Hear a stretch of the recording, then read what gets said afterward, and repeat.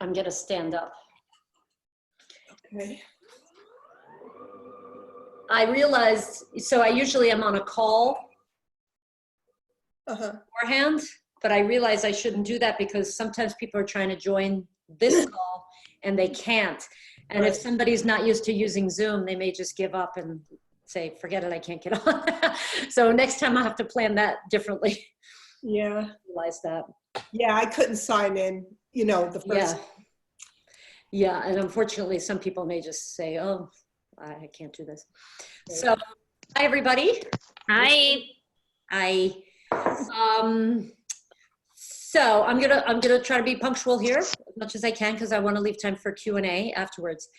The way this is going to work is I'm going to go into a screen share with some slides, and I'm going to talk through all of my beautiful information about fiber, the wonderful, wonderful nutrient.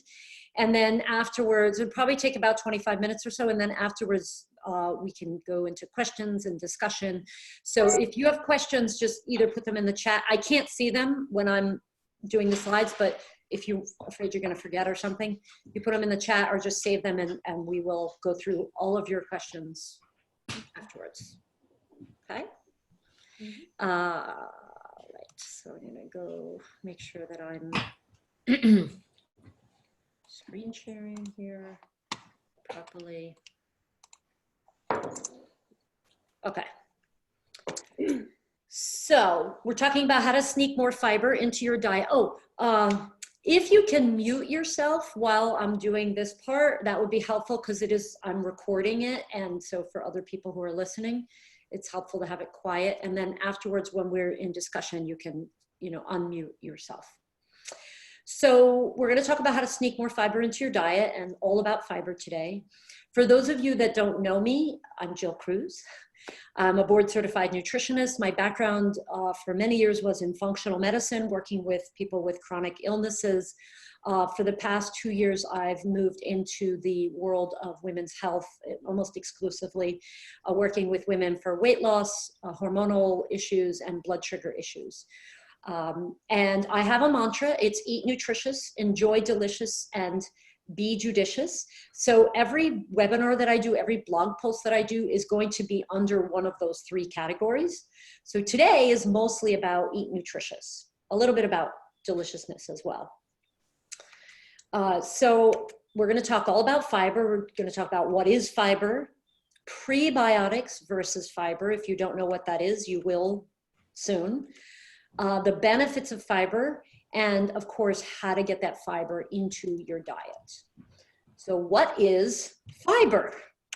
Fiber is carbohydrate.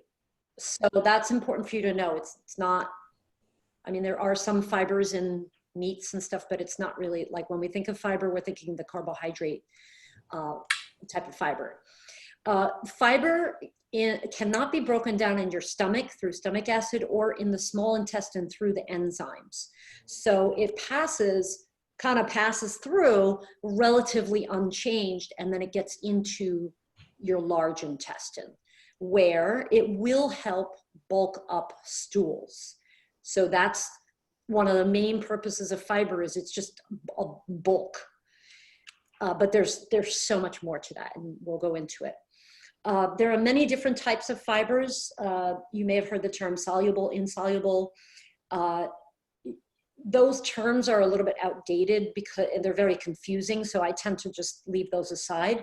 But these dextrins, inulin, pectins, you may have heard some of these words. These are all different types of fibers, so there are a lot of fibers. And oligosaccharides themselves, there's a bunch of different types of oligosaccharides. So you don't even have to really know this stuff. What I think is important for you to know is, what are the high fiber foods? Generally, like broad stroke, speaking about it from a high level, fiber is in whole grains, nuts, seeds, vegetables, fruit. That's pretty much, oh, and beans. I'm sorry, beans. That's a big one. And these are kind of, whole wheat is sort of the king of fiber, and beans pretty much second. And some of these grains, if they're whole grain, And we're going to get into like a much deeper, this is kind of like a broad view of all of the different fiber foods. So the fiber superstars in the whole grain world, whole wheat. I mean, whole wheat is like a fiber party on your plate. So if you tolerate wheat and gluten, you can use whole wheat as a fantastic source of fiber. A lot of people don't tolerate wheat and gluten, so that's a problem, right? Barley is another, if you eat like whole barley, it's actually really tasty in soups. It's rich in fiber, but it is does have gluten. So if you have issues with gluten, you want to avoid barley. And oats. Oats are next in line after whole wheat, after wheat products, let's say. There's many different types of whole wheat products, by the way. Like you may have heard of spelt or kamut or you know, red long grain or whatever. There's many different types of wheats. If it's in the whole form, it's going to have a lot of fiber. And oats in particular, oat bran. So you may have seen like oat bran cereal or that sort of thing. Very rich in fiber. So those are the grains. And then we're going to move on to the beans, legumes. These, can everybody hear me okay? Yeah. Okay, because I feel like a little weird feedback on my headphones. The beans listed here are the highest in fiber, and they're listed in order of from the highest to the lowest. So navy beans have a little bit more fiber than pinto beans. Kidney beans still have a lot of fiber, so even though they're least, they're still a great source of fiber. I mean, if you can't, especially if you can't eat wheat, beans are a fantastic source of fiber. And lentils, chickpeas, these and peas are legumes. So legume is the category, and then underneath it you have beans and peas and peanuts. Legume is the category, beans are a type of legume. Doesn't really matter that much because we tend to lump these things all together, but just in case you're curious. So these are all different beans that you can eat that are rich in fiber. And seeds. Actually, I was thinking when I send out the email with the recording, I'm also going to send out the slides in a PDF so that you don't have to go watch the whole recording for, you know, to reference these things. Seeds, psyllium seeds, we're going to talk about that. Flax seeds and chia seeds, very rich in fiber, low in carbs. So they're a great source of fiber. We have, these are the superstars in the vegetable world. Artichoke hearts, asparagus, potatoes, and sweet potatoes with the skin. Without the skin, completely different food, okay? Very important to note that. Parsnips, winter squash, broccoli, Brussels sprouts, pumpkin, and all cruciferous vegetables. And we're going to talk a little bit more about cruciferous vegetables, but broccoli and Brussels sprouts are cruciferous vegetables. Purslane is a kind of obscure leafy green type of vegetable that you may only see at a farmer's market, but it's got a lot of viscosity. So some types of fibers are goopy and sticky and slimy. Purslane is like that. It's a green. It almost looks like a parsley with big leaves. No, that's not a good, anyway, if you can find purslane, get it. Let's leave it at that. But it's kind of sticky. Okra is also like a sticky type of vegetable. The chia seeds and flax seeds, if you notice, if you put them in water, they're kind of sticky too, right? So that sticky, goopy quality is really good for your gut.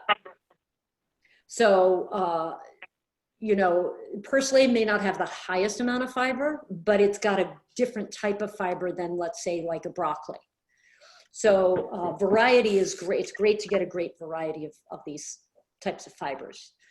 In the fruit world, we have avocados, pears, apples, blueberries, raspberries, prunes, and banana. All fruit and all vegetables have fibers. I'm just highlighting the superstars here. The pear and the apple needs to be eaten with the skin. Okay, that's where a lot of the fiber is. Avocado is amazing. It's actually a high fiber food. So now we're going to talk about prebiotics versus fiber. So a prebiotic is a fiber, a type of fiber that increases the beneficial bacteria of the GI tract. Just like all fibers, prebiotic fibers do not get digested in your upper GI tract. So it passes through the stomach, through the small intestine, goes into the big and large intestine, and that's where your bacteria start to feast upon these fibers, and they love it. And they particularly love prebiotics. The prebiotics are fermented by the bacteria, and they therefore increase the beneficial bacteria in your gut. Some fibers that are not prebiotics don't do that as much, or really at all, but they do add bulk. So they're good for that. But prebiotics in particular are going to feed your good bacteria. So you may have seen prebiotics on a supplement, like on a multi, or on a probiotic. Probiotics are the beneficial bacteria that you buy, or you can buy it in a, supplement, right? A lot of them these days now are selling probiotics with prebiotics mixed in.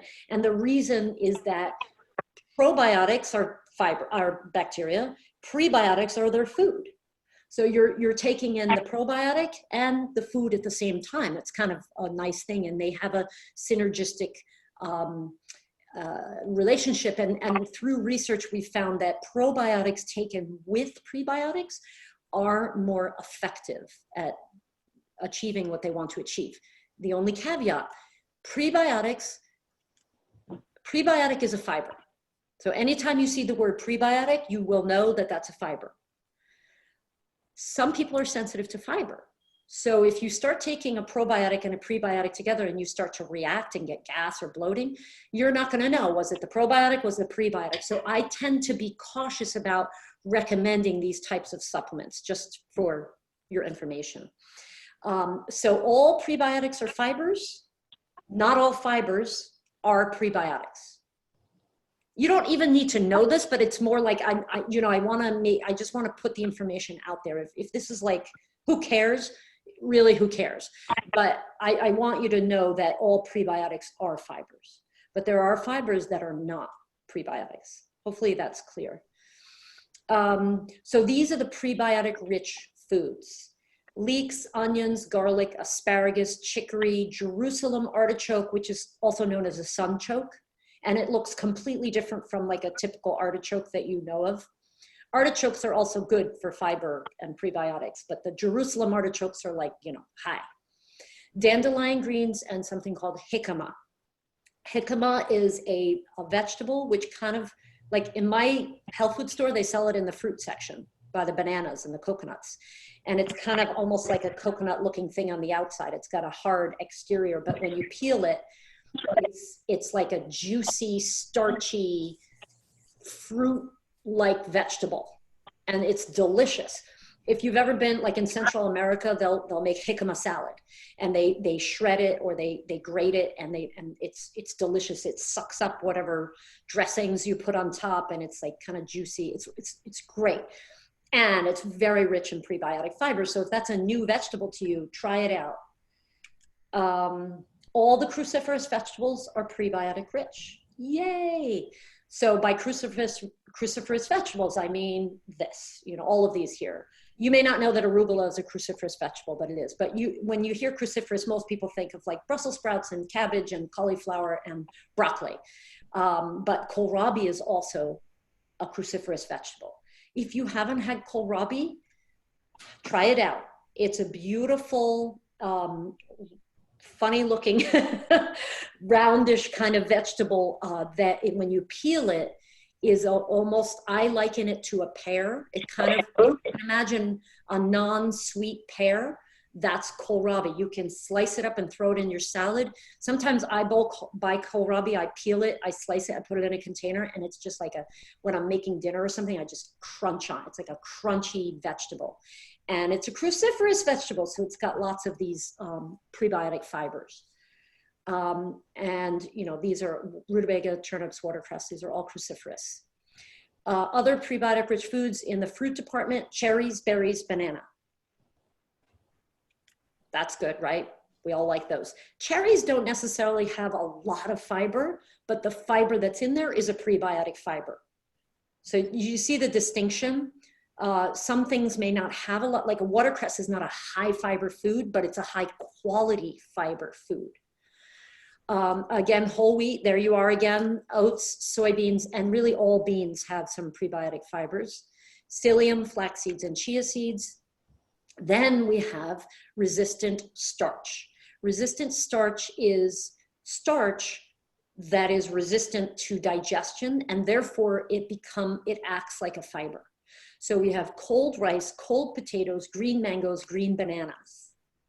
None of that sounds very appealing, perhaps, but if you've been afraid to eat potatoes because of all the carbs, when you cook a potato and then it cools down, over time, as it gets cold, some of those sugary starches start to convert into what we call a resistant starch.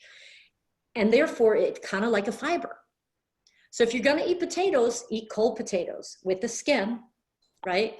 If you're going to eat rice, eat cold rice, because some of that sugary starch has been converted to what we call a resistant starch. And therefore, it's going to pass through. It's not going to get absorbed as a sugar. It's going to go to your large intestine, and it's going to feed your bacteria. Awesome, right? And green mangoes and green bananas, which I personally do not desire to eat these foods, but you know, they do have that resistant starch as well. So those are all prebiotic rich foods. Now we're going to go into the benefits of fiber.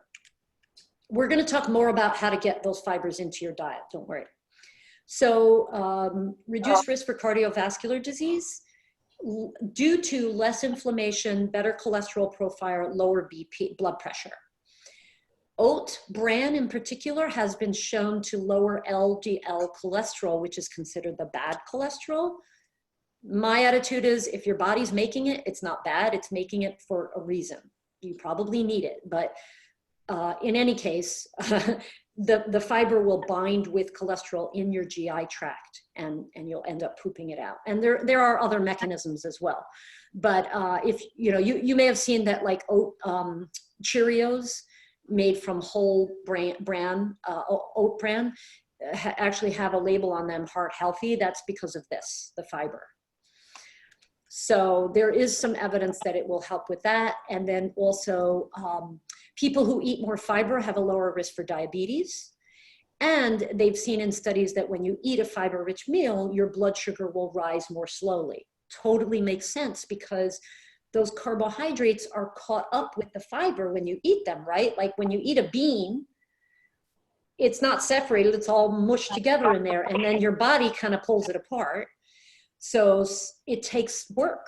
So therefore, the sugar doesn't get absorbed into your bloodstream really quickly as it would if you ate a donut, where it's just, there's nothing stopping the donut, all those sugars from just whoop, right into your blood, and then your blood sugar will shoot up. If you eat the food with the fiber, it won't shoot up as quickly. Actually, there's a great expression that I learned. Whole foods are the poison and the antidote are together. So like the poison is the sugars and the antidote is the fiber. If you eat them together, the effects of those sugars are reduced, which I thought that was kind of a cool way of thinking of it.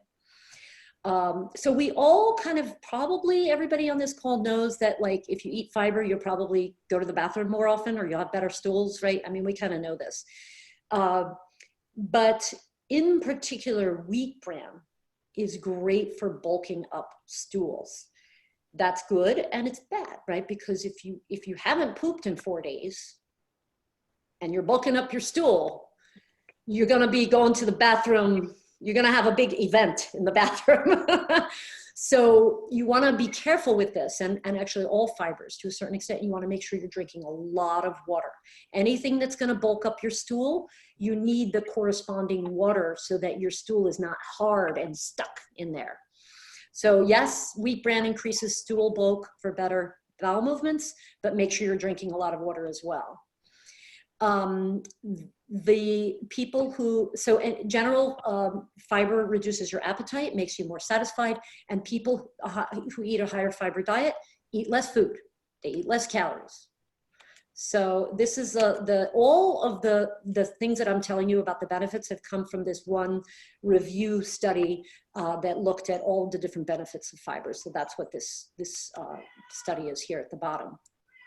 They talked about weight loss. So the one group of people, they increased their fiber intake by 14 grams per day. That's a lot. They may have been increasing their fiber by 50% right there, or I'm sorry, 100%. But over that 4-month period, they ate less food, right? 10% less energy intake, and they lost about 4.5 pounds. Now that may not sound a lot, right? Like, oh, who cares about 4 pounds in 4 months? Oh my gosh. But if that was all you did and you didn't change your diet otherwise, you'd kind of be happy, right? If you lost 4 pounds just from like eating more fiber. Fiber is, in terms of weight loss, very, very much your friend. It makes you less hungry. People who eat more fiber, way less, like overall, like in big population studies. If you wanted to lose weight and you just increased your fiber intake, you would naturally be more likely to lose weight. So for weight loss, very, very powerful. Okay, so prebiotic fibers specifically, right? We were just talking about fiber in general. Now we're talking about prebiotic fibers increase this thing called short chain fatty acids. An example of a short chain fatty acid is butyrate. So it's fascinating. You eat fiber, doesn't get digested in your stomach, doesn't get digested in your small intestine, goes into your large intestine, and your big population of bacteria that are just sitting there waiting to be fed get very excited about all this fiber that you just ate, and they start to eat it, right? They start to metabolize it and ferment it, and they create short chain fatty acids.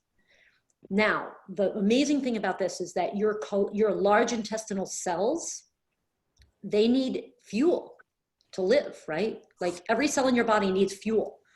Guess what your large intestines need for fuel? Butyrate. That's how they live. That's how they function. Their food is butyrate. So you eat fiber and then your bacteria make the food for your large intestine. I don't know. To me, that I'm always just so impressed by that, like this symbiotic relationship that we have with bacteria. What would we do without them?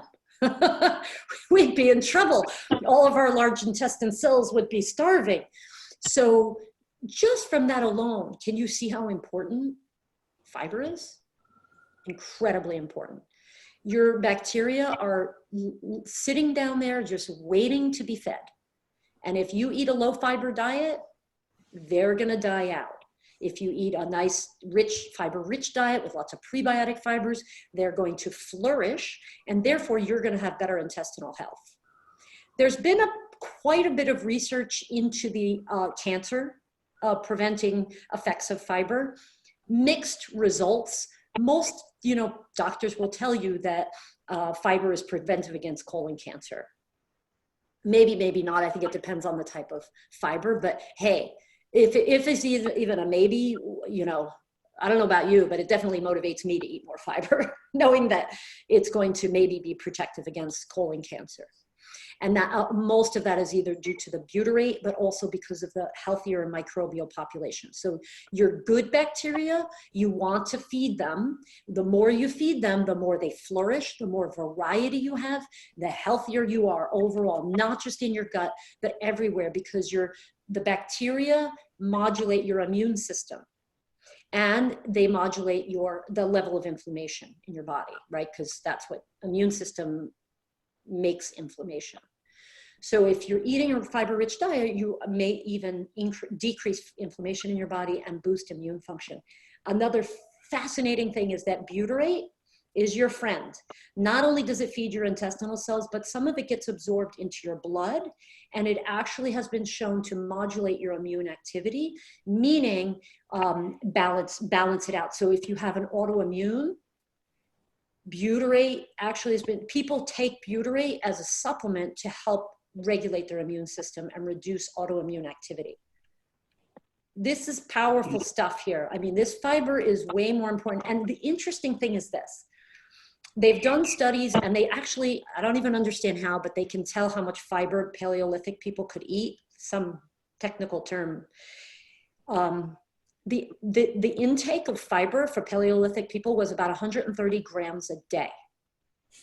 Guess what it is for the average American right now? Well, I guess you can't really guess because you're unmuted, but 15 grams of fiber is what the average American is eating. We could be eating a lot more. We could be eating 50, 60, 70 grams a day and be totally fine. The USDA recommends 25 for women, 38 for men. That's grams per day, 25 grams per day. Probably all women on this call. I recommend with my clients 30 or more. 30 is like the minimum. I've had clients going up to 50 grams a day, and it's definitely helps with weight loss.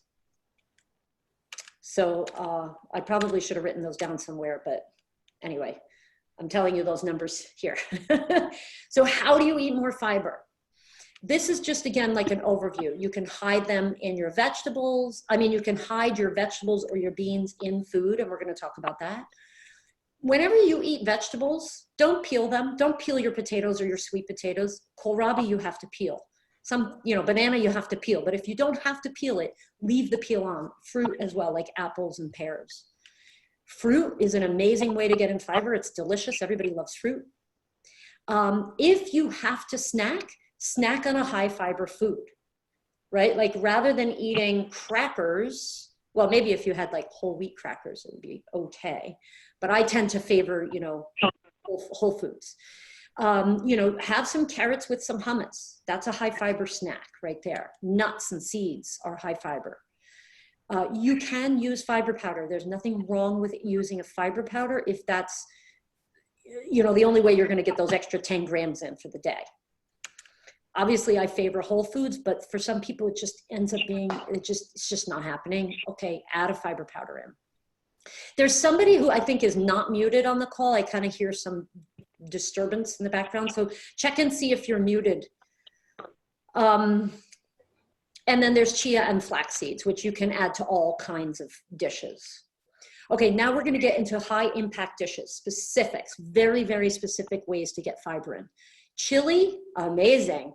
Chili, what is chili? It's beans and vegetables, fiber on top of fiber. Yes, you could add meat. That's optional. If you like meat, add it. But the point is that it's inherently a dish that's beautifully high in fiber. Breads and muffins. So have you ever heard of a pumpkin muffin or a zucchini muffin? There's some extra fiber right there. Instead of making a regular muffin, throw some vegetables in. You're hiding it in there. You don't even know it's there. Seeds and nuts you can add. So like a lot of paleo muffin and bread recipes are made with like an almond flour, and you can always add chia seeds and flax seeds to any baked recipe, and you're going to automatically boost up the fiber content right there. Dried fruit is great. Dates are amazing. You can naturally sweeten a bread with dates, and you're getting that fiber in. There are bean cupcakes and cakes, not cupcakes, muffins, bean breads, bean cakes as well. So, like you can actually Google white bean muffins, and they exist.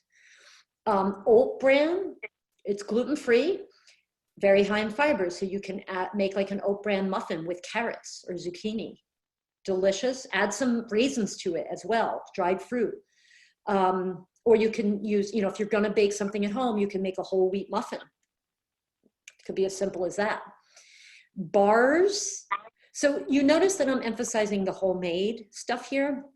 That's because it's a whole food. When you make it at home, it's much more of a whole food. You don't have to add preservatives. You don't have to add weird oils that God knows where they were manufactured in some plant.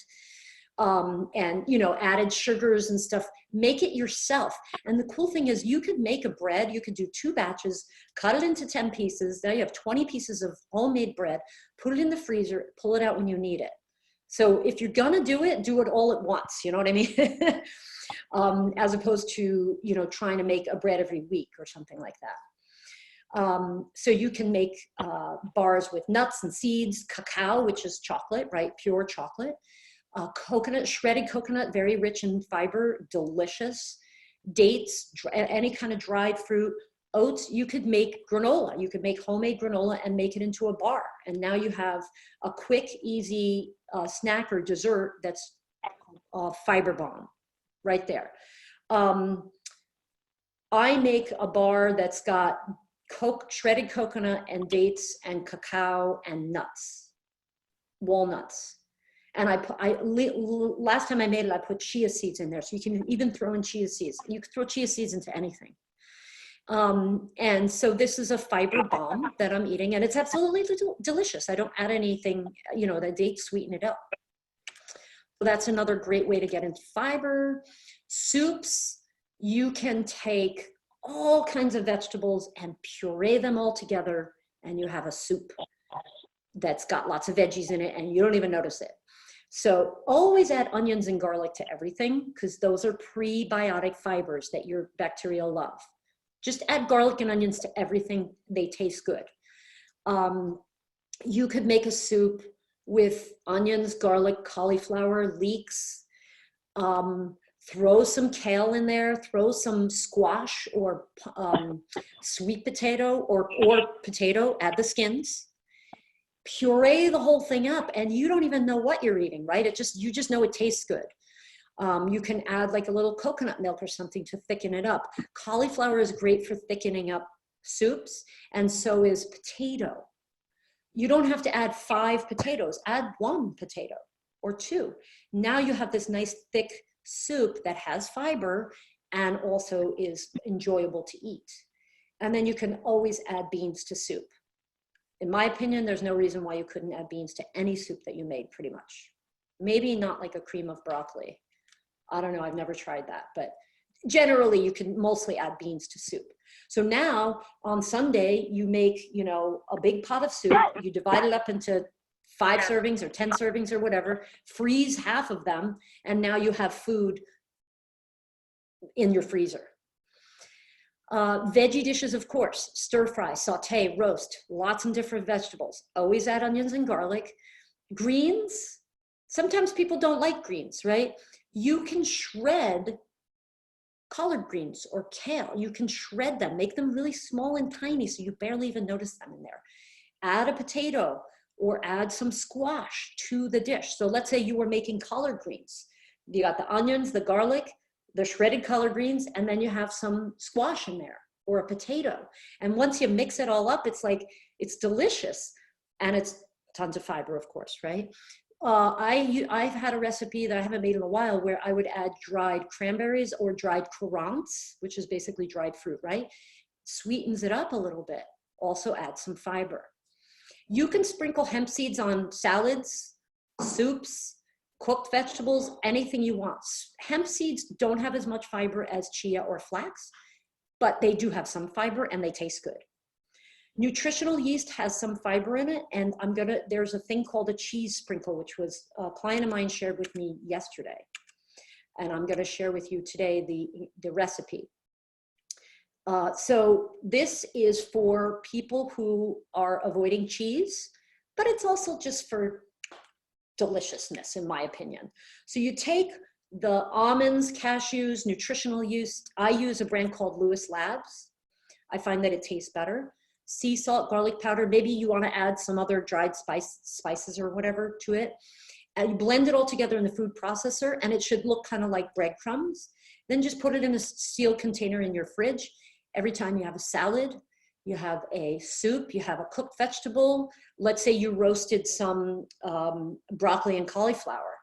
That's a dish where you may put cheese on it traditionally, right? Yum. But if you can't eat cheese, you could add this, and it's kind of like a breadcrumb mixture on top. Whether you add cheese or not, you could still add this.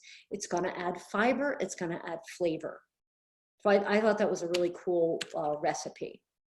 You can use riced cauliflower in the place of you know, rice or other kinds of grains. These days you can buy cauliflower breads and sweet potato breads.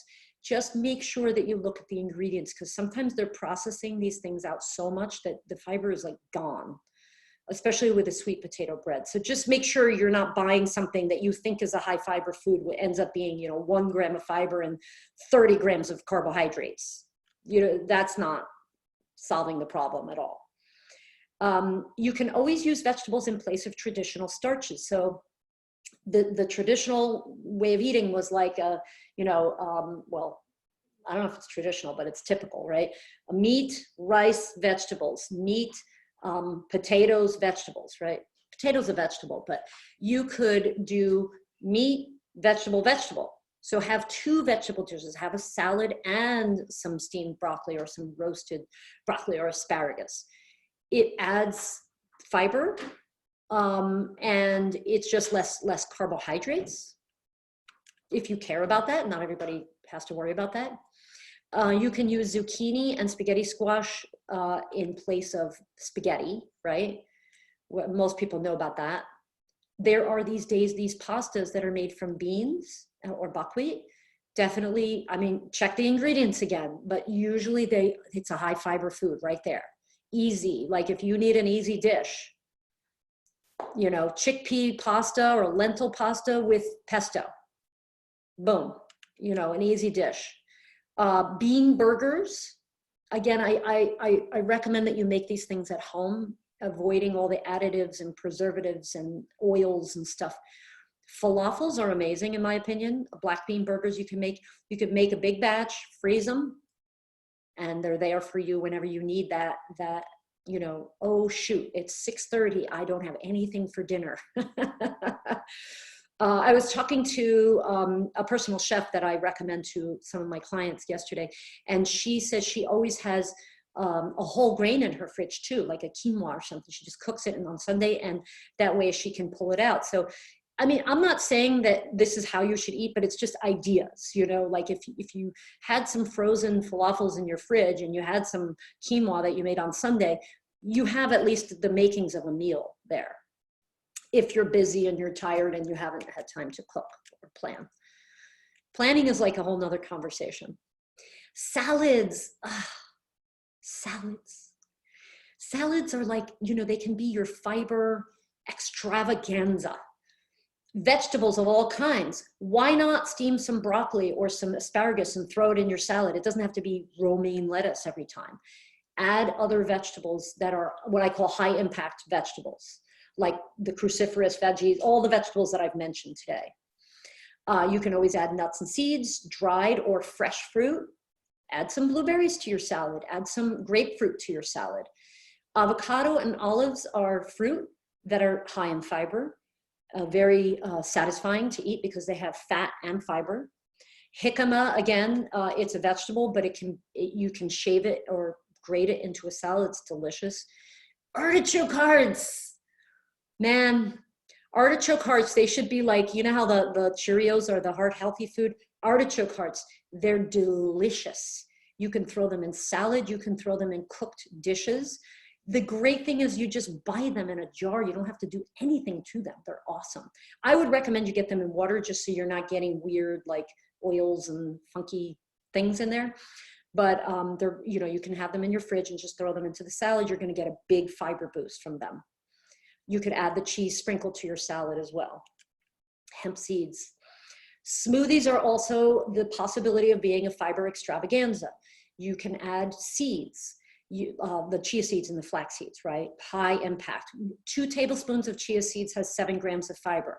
If you're trying to get 25 or 30 grams of fiber a day, you're getting up there with just 2 tablespoons of chia seeds. Dried and fresh fruit. So you can throw dates in there. You could throw blueberries or strawberries in there. Cacao, which is chocolate, is relatively fiber rich and it tastes good too. There's a lot of different powders you can buy out there like spirulina and chaga, which is a mushroom. There are other powders out there. Maybe, next time you're at the health food store, just pick up a fiber rich powder. Could be maca or something, there's a bunch of them. Make sure it's just that and it doesn't have added flavoring and coloring and all that. Of course, you can add vegetables to your smoothie, and you could always add a pure, plain old fiber powder, which you can buy. If, again, like if you're struggling with reaching the numbers. Psyllium, is in a class of its own. Okay, psyllium is a seed, and you get the powder from, I believe, the husks or the seeds. I'm not sure, but anyway, it's a powder that you buy. It's a bulking agent. So if you feel like you want to have a fiber powder that's like less processed, more natural, you can buy psyllium powder. And I would just say just a quarter teaspoon in a big glass of water just to start. Because it's a bulking agent, you have to make sure that you're drinking water with it, right? Bulking agent means water is necessary. And if you're not used to it, I'd start with like a quarter teaspoon. You could work up to 1 teaspoon a day or 2 teaspoons a day. This is a high impact fiber. If you're having trouble with bowel movements, psyllium will probably help, but you have to drink the water. The standard formula is 1 teaspoon of psyllium powder, 16 ounces of water. 1 teaspoon of psyllium, 16 ounces of water. So make sure you don't have to drink it all in that one sitting over the course of an hour or so. So I've just given you a ton of information, like a ton of information. Hopefully you kind of picked up the things that you felt were really useful for you, but you can always go back to the slides if you forget, you know, whatever. So the next webinar is on Wednesday, March 11th at 1 p.m. Put it on your calendars. I do not have a topic yet. If you have an idea of a topic, I want you to tell me as soon as we get back into the group portion of this. Tell me, I want to talk about this because I want to present to you what you want to hear about. And also, I have a course called Food Boss. It used to be a group course, but I found it was very difficult to get everybody together at the same time every week. So now I've made it self-guided. It's an 8-week course. Even though it's self-guided, you do week 1 and then you wait and you do week 2. It's like kind of dripped out, so you're not going to try to do it all at once. It's meant to be done over the course of 8 weeks. It's a health optimization and weight loss course. We cover all kinds of things, how to understand your body better. We talk about habits a lot and how to get over cravings and urges. And we talk about fat burning and how to eat nutritious and delicious and what that means. There's a ton. I mean, there's a ton of stuff in Food Boss, and you also get a lot of recipes and meal plans. I have a coupon code if you enter 100 off. When I send out the video, I'm gonna send out the link to Food Boss. So if you wanna do Food Boss, you click on the link, make sure you enter the coupon code $100 off. It's only good until Sunday night, which is February 16th. So for those of you that have actually stayed to the end of this or watched this to the end, this is my gift to you. It's only to people who've actually seen the slide. Because, you know, if you're willing to watch this entire, you know, stay for this whole thing, that means that you probably, because the self-guided course, you need to have some discipline to stick with it. Okay, now I'm going out of screen share and into, let me see in the chat, I have some questions here. I'll just read these first and then you guys tell me your questions after. For smoothies versus juices, should we be having smoothies for the fiber element? Do juices have any fiber left? Oh, such a great question. So juice has a lot less fiber than a smoothie, but there is a little bit of, about 5% of the fiber is retained if you don't strain it all out. Like if you buy juice in a store, in like a health food store or something where they're making it for you, they usually strain it out. But if you make it at home, you'll see the fibrous materials still retained. But yes, a smoothie will have a lot more fiber. So if fiber is what you're going for, smoothie is your friend, much more so than a juice. However, you could make a vegetable juice and put it into your smoothie as the liquid. That's what I do. You could also make a juice and add chia seeds to it and add a banana to it. And, you know, it doesn't have to be a whole big thing, but you can add more fiber to it. Fiber supplementation powder. So that was a question. What are my thoughts on fiber supplementation powder? A supplement is a supplement. It's not a food. So we have to put it in its proper place. But I have a client right now I'm working with, and it's like, we're really struggling to get her to 20 grams a day. And it's just, we've been struggling for a while. And, you know, pretty soon there's probably going to be a fiber supplement in her world, because it's hard. So I think there's a place for them, but if you can get it through food, it is better because it's metabolized differently in your stomach. A fiber powder is not wrapped up with all these other things, and therefore that benefit of like slow digestion and slow absorption is just not the same. You get a better impact in terms of that blood sugar slowdown situation with a whole food. Any other questions or anything you guys want to talk about?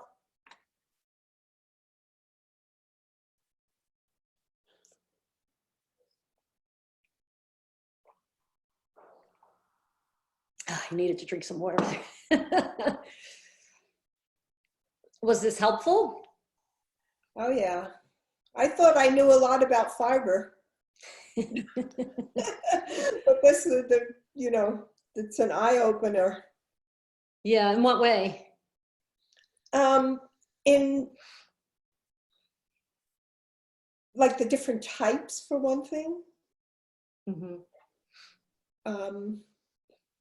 And the whole idea of having it with the carbs. Like I know you deduct the fiber from the carbs, like as a formula, but I didn't really see it that way as, just like a whole food that has both. I forget what the words were, but having both. And also I always think, oh, I don't want any wheat or any pasta. And so I don't know, maybe I'm going to see how sensitive I am to wheat and bake some bread. That was an eye opener for me because I've always liked that, that way you can like load it up with fiber. Basically, it's not buying it. Fiber is definitely, I mean, a bread is like an amazing venue for delivering fiber, for sure. It can be. And if you can make a sourdough bread, that's a whole nother skill, but so yeah, no, I think it is fiber is a very, very complicated subject actually, because there's a lot that we really don't understand about all the different fibers and how they work on the bacteria and all of that. So it's pretty deep. It's very interesting. Thank you. You're welcome. You're welcome. Okay, Danielle, do you have any last thoughts or questions? Danielle's there. Maybe she's somewhere where she can't speak. Okay, good. Well, this is recorded, and hopefully other people will get lots of benefit from it. And thank you for everybody who was here and got off the call because they had to go, I'm sure. All right, cool. Bye. Bye. Bye.